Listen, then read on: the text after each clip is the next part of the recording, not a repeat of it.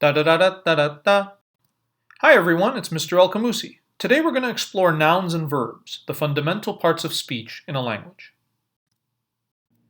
In our previous lesson, we discussed the fundamental building blocks of a sentence. In its most basic form, a sentence is when something happens and something makes it happen.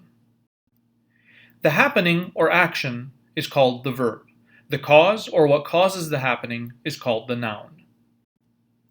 There are many words or phrases which describe these two fundamental components, but we will stick to basic terms noun and verb for the purposes of this lesson. Let's begin with the verb. The most important function of the verb in the sentence is to state what is happening. But another very important function of the verb is that it carries the tense of the sentence. What is tense? The tense of the sentence establishes when that sentence is happening in the frame of time. There are three tense forms. The past, which is something that happened. The present, which is something happening now. And the future, which is something that will happen. Let's use the word walk as an example. The walking could have happened in the past tense, could be happening now in the present tense, or could happen later in the future tense. Walking can also occur in the progressive form as an ongoing verb. This action could have been happening in the past tense, could be happening in the present tense, or could happen later in the future tense.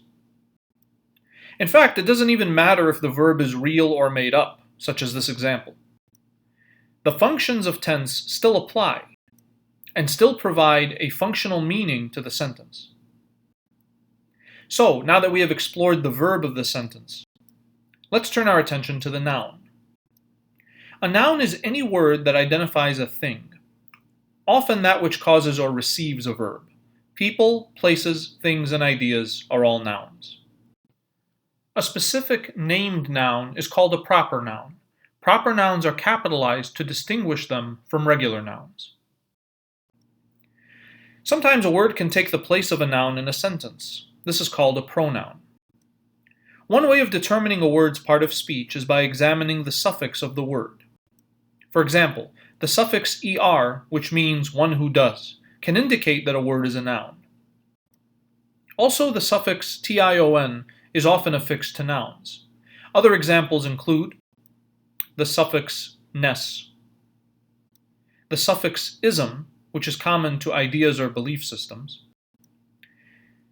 and all of these other examples, which can serve as noun suffixes. Now let's practice all that you've learned about nouns and verbs. Number your page from 1 to 8. In a moment, you'll see some short sentences containing words in red. Try to determine if the word in red is a noun or a verb. Let's begin.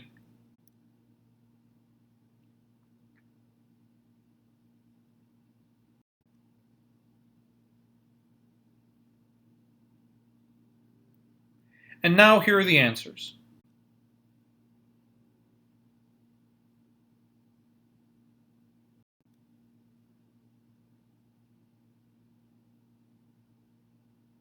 How'd you do? Let's try another exercise. Number your page again from 1 to 8. In a moment, you'll see some more short sentences containing words in red. Try to determine the specific type of noun or verb of the words in red. You can refer to the list of options at the bottom of the screen. You may begin.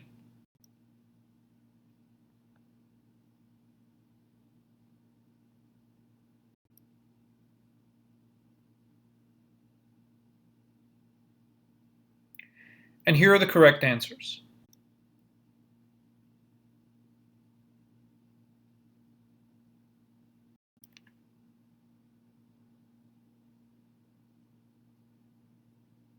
Thanks for watching.